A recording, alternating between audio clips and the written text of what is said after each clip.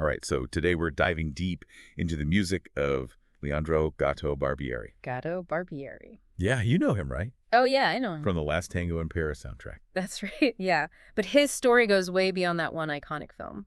Exactly. So we're going to trace his journey from the streets of Argentina all the way to the global stage. Okay. See what made him such a force in music. I think what I find most captivating about Gato is that he embodies this, like, fusion, Fusion. Yeah, passion, culture, and innovation. Right. We're not just talking about a musician who was inspired by Charlie Parker. We're talking about someone who took that inspiration and went in a totally new direction, Interesting. blending Argentinian tango with that free-flowing energy of jazz. Wow. And he even collaborated with those avant-garde giants like Don Cherry. Oh, yeah? Created music that was both rooted in tradition and wildly experimental. So to really understand Gato's music, I feel like we need to go back to his beginnings. Okay. He was born in 1932 in Rosario, Argentina. Rosario. A city known for its music scene. Yeah. Can you paint a picture of what his early life was like? What were some of his early musical influences? Oh, absolutely. Yeah. So picture Gato as a young boy Oh. growing up in a working-class neighborhood, Right. surrounded by tango music pouring out of the cafes. Oh, yeah? Those passionate rhythms of traditional folk music. Okay. But here's the thing. What's that? His family was also into jazz, Oh, wow. which wasn't super common in Argentina at the time. Yeah, that's a really interesting mix of influences. Yeah. Makes you wonder if, those early exposures to both tango and the improvisational nature of jazz maybe played a role in how he fused those styles later on. Absolutely. It's like those experiences planted the seeds for his musical evolution. Right. And then in his teens, Yeah. he hears Charlie Parker's "Now's the Time." Now's the time. And that was a game changer. Really. This bebop legend sparks something in Gato, ignites a passion for jazz that would shape his entire life. It's amazing how a single song can have that much of an impact. I know, it's incredible. Really makes you realize how interconnected music is. Absolutely. So Parker inspires Gato to pick up an instrument. Hmm. What was his instrument of choice? So he actually started with the clarinet, Okay. but quickly realized that wasn't quite the right fit. Interesting. Yeah, he switched to the alto sax. Alto sax, okay. And you can hear in his later recordings how he truly mastered that instrument, Right. bending the sound to his will. Wow. Yeah, it became an extension of his voice. Yeah. A way to express that raw emotion and fiery energy that became his signature. You can really hear that intensity in his playing. Yeah. That passion that comes through in every note. Mm-hmm. Now, did he have any formal training or was he mostly self-taught? Like any great artist, Gato had natural talent. Of course. But he also understood the importance of honing his craft. Right. And that brings us to the late 1950s when he meets Lalo Schifrin, a brilliant Argentinian pianist who would later go on to compose those iconic film scores. Oh, wow. Like Mission Impossible. Impossible. Right. That was a pivotal moment for Gato. Yeah, wow. Talk about being in the right place at the right time. I know, right? A young Gato soaking up all this knowledge from someone like Schifrin who was already, making a name for himself. Yeah. What was it about their collaboration that helped shape Gato's sound? Schifrin didn't just teach Gato technique. Yeah. He pushed him to think outside the box. I see. Explore new harmonic ideas. Interesting. To really dig deep into the emotional core of jazz. Yeah. They were both steeped in the jazz scene of Buenos Aires. Buenos Aires. Playing in smoky clubs, experimenting, pushing the boundaries of what jazz could be. Uh-huh. It was during this time that Gato started to develop that unique sound. Right. That blend of Argentinian fire and bebop energy. The Buenos Aires jazz scene in the late 50s must have been electric. Oh, yeah. I could just picture Gato in those clubs just feeding off the energy. Improvising late into the night. Absolutely. But his story doesn't stay confined to Argentina, does it? Yep. This is where his journey really expands. Exactly. Yeah. Gato was ambitious. Right. And he knew that to really make his mark on the world, Yeah. he needed to expand his horizons. Okay. So in the early 1960s, Yeah. he makes a bold move What's that? and heads to Europe, Wow. right into the heart of the avant-garde jazz movement. Wow. What a leap. I know, right? From the tango clubs of Buenos Aires to the world of European avant-garde jazz. Totally different world. What drew him to that scene? Well, picture Europe in the early 60s. Oh. It was a melting pot of ideas, Yeah. a hotbed for artistic experimentation, Right. a haven for musicians pushing the boundaries of jazz. Interesting. Gato was drawn to this energy, this spirit of pushing the limits. I see. When he arrived, he dove headfirst into this new world, collaborating with some of the biggest names in avant-garde jazz like Don Cherry. Don Cherry. Now that's a legend. Oh, yeah. What made their collaboration so special? It was groundbreaking. Early. They weren't afraid to experiment, to blend free improvisation with those unmistakable South American rhythms that Gato always carried with him. Right. They released albums like Complete Communion and Symphony for Improvisers. Complete Communion, Symphony for Improvising. Albums that challenge the very definition of jazz. Wow. On Complete Communion, for example, you can hear how they weave these intricate melodies and dissonances, Okay. creating this almost otherworldly soundscape. Interesting. It's both challenging and incredibly beautiful. It's fascinating how Gato brought his own cultural flavor to this, experimental scene. Yeah. He wasn't just absorbing European influences, he was adding to the conversation, Mm-hmm. shaping the sound of avant-garde jazz with his own unique perspective. Absolutely. Now, were audiences receptive to this fusion of styles? You know, it was a unique sound for sure, but it resonated with people. Interesting. You have to remember this was a time of immense social and political change. The world was in flux. Yeah. And Gato's music captured that spirit of rebellion and exploration. Okay. It wasn't just about the notes. Right. It was about breaking free from convention, pushing boundaries, Yeah. expressing something raw and powerful. So he was pushing boundaries not just musically, but culturally as well. Exactly. His music was a reflection of the time, a voice for change, Yeah. a celebration of individuality. Mm-hmm. Now, his collaboration with Don Cherry was significant. Oh, yeah, it was huge. But were there other notable partnerships during his time in Europe? Oh, absolutely. Okay. He played with Charlie Haydn's Liberation Music Orchestra, Okay. a politically charged ensemble Interesting. that challenged social norms through their music. So Gato's fiery sax blending with this group's powerful, sometimes dissonant sound, Yeah. creating this wall of sound that was unsettling but also exhilarating. Exactly. He even contributed to Carla Bley's jazz opera, Escalator Over the Hill, Escalator Over the Hill. a sprawling avant-garde masterpiece. Yeah, it's a masterpiece for sure. It seems like Gato was drawn to these artists who were challenging the status quo, Mm-hmm. experimenting with new forms, Yeah. infusing their music with social consciousness. Yeah. What impact did these experiences have on his musical development?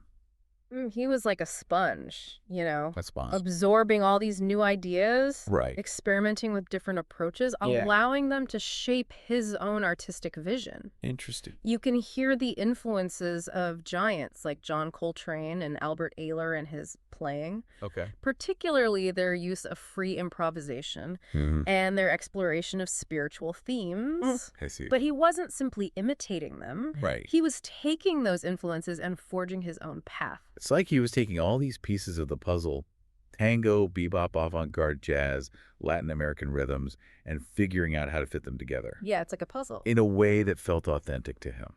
Mm-hmm. Is this where that signature gritty, emotive sax style that you mentioned earlier really came into its own? Precisely. Okay. He wasn't afraid to let his emotions pour out through his instrument, Right. creating a sound that was raw, visceral, and utterly captivating. Yeah.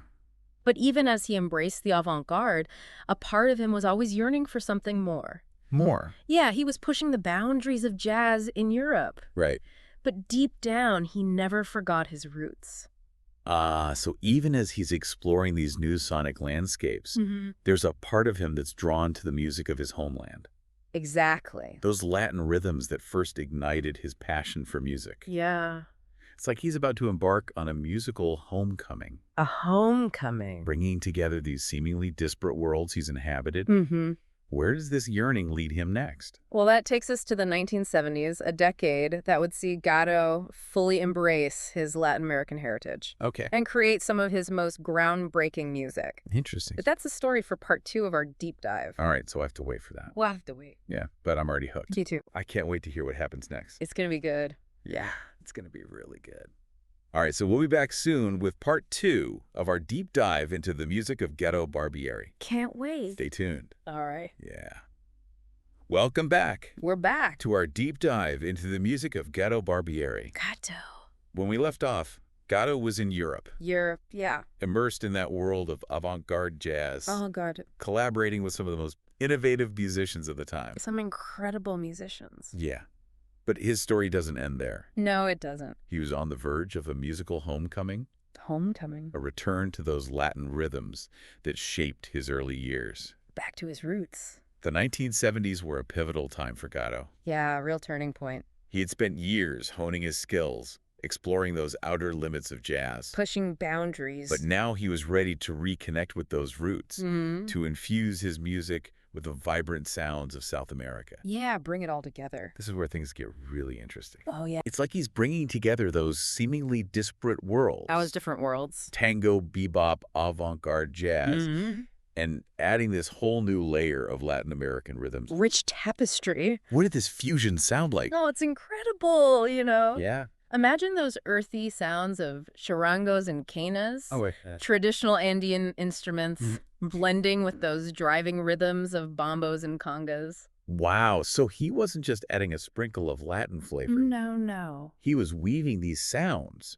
into the very fabric of his music. I think the DNA. His 1973 album, Chapter 1, Latin Yes. America, is a perfect example. Oh, yeah, it's classic. It's raw, it's passionate, it's deeply personal. so personal. And it but showcases his incredible ability to blend those seemingly disparate styles. It's a masterpiece. I'm picturing a track from that album, Which one? Tupac Amaru. Oh, Tupac Amaru, yeah. It starts with this haunting quena melody. Yeah, almost like a call from the ancient Andes. And then it builds into this driving percussive groove with Gato's sax just soaring over the top, Intense. full of fire and intensity. Powerful stuff. What was the reaction to this new sound? Revolutionary. Revolutionary. Audiences were captivated. Wow. Critics hailed it as a groundbreaking achievement. It makes sense. You have to remember, this was a time when Latin American music was starting to gain recognition. Right. Salsa was exploding in popularity. Yeah, Artists like Tito Puente and Celia Cruz were becoming household names. exactly. Gato's music tacked into that growing interest, Yeah. but he brought something different, something that transcended genre. Different how? It spoke to a deeper cultural connection. It wasn't just about catchy melodies. No.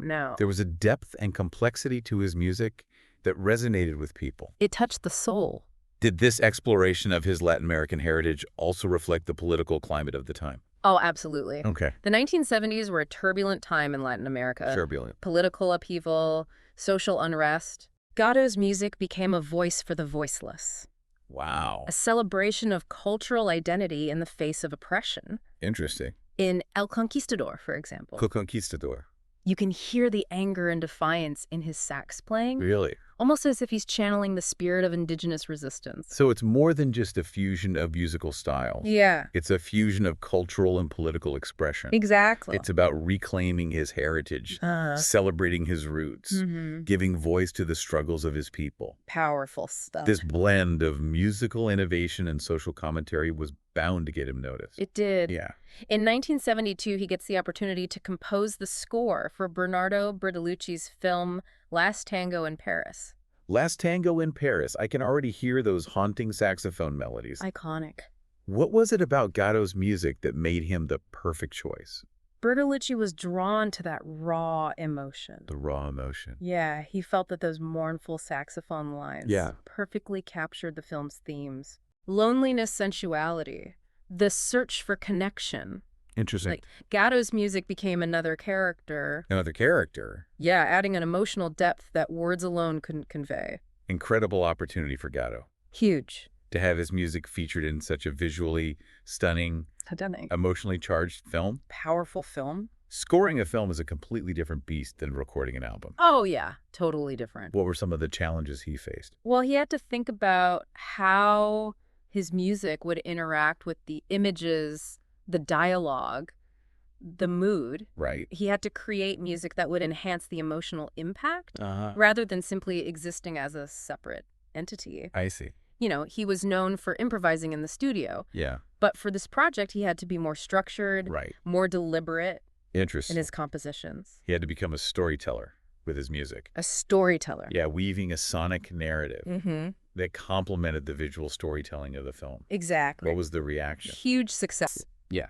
Critically and commercially. Wow. It won him a Grammy. A Grammy. Introduced his music to a whole new audience. So suddenly he's not just a jazz musician. Nope. He's a global icon. A global icon. His music has transcended genre and language, It's universal. connecting with people on a deeply emotional level. The power of music What? happened next. Well, that takes us to the next chapter of his career, where he continued to experiment, Experimenting. blending jazz with pop soul, even funk, Wow.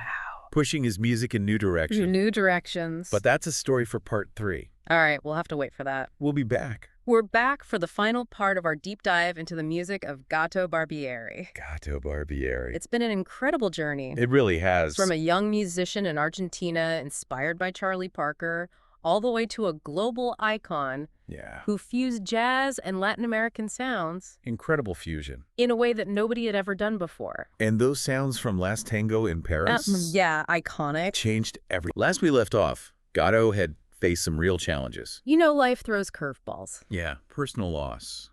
But he also found new love, And started a family. a new chapter. I'm really interested to hear how those experiences shaped his music in those later years.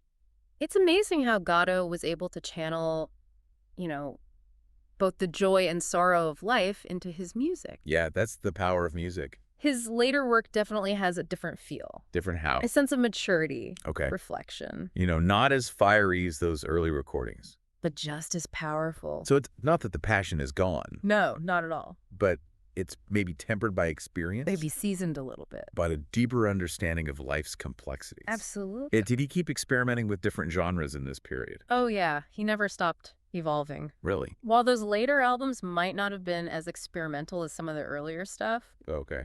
there's still that sense of exploration, Uh-huh. that willingness to push the boundaries. Of what jazz could be. Yeah, he incorporated world music, Okay. electronic textures, even some ambient soundscapes. Wow, those are some interesting additions. He was always pushing the envelope, Sounds like he was still searching, still striving to create something new, always creating. even as he entered this new phase of life. Absolutely. You mentioned he found love again, Mm. started a family. Mm-hmm.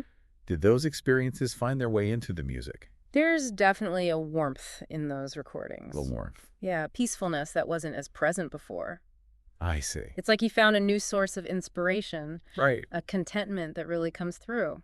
I'm thinking of that album, Che Corazon. Che Corazon, beautiful. What a heart. It's filled with these gorgeous lyrical melodies that are both intimate and expansive. So powerful how music can reflect those deeply personal experiences. You know those shifts in perspective that come with life? Love lost the passage of time. It's all there in the music.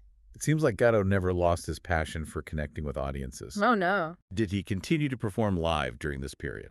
He toured extensively throughout the 90s and 2000s, Really? sharing his music all over the world. It's incredible to think that even in his 60s and 70s, He was unstoppable. his energy on stage was still so vibrant. It's like he was ageless. I've heard recordings where you can feel that energy. Oh, yeah. The audience just roaring with applause. Captivated. That's the mark of a true artist, isn't it? It really is. To be able to connect with people on such a visceral level. Regardless of age, cultural background, Yeah. music is the universal language. Did he ever talk about how his approach to performing might have changed over the years? I've read interviews where he talks about performing as more about sharing a story, A story. creating a shared What's experience, the audience? not just showcasing his skills, but inviting people into his world, Wow, that's beautiful. letting them feel the music on a deeper level. Like his music became a bridge, A bridge connecting people across cultures, across languages. across generations. Absolutely. As we wrap up our deep dive into Gato's life and music, what do you think is his most enduring legacy? I think he'll be remembered as a true innovator, Innovator. a musician who broke down barriers Yeah. to create something truly new. He took those sounds of his Argentinian heritage The fire of tango, the freedom of jazz, and created a sound that was both unique and unforgettable. a sound that changed the world. I think you're right. His music will live on forever. And for you listening, I encourage you to explore Gato Barbieri's music. Let those melodies wash over you. Feel the rhythm. And the passion. Until next time, keep exploring Keep discovering. and keep the music playing.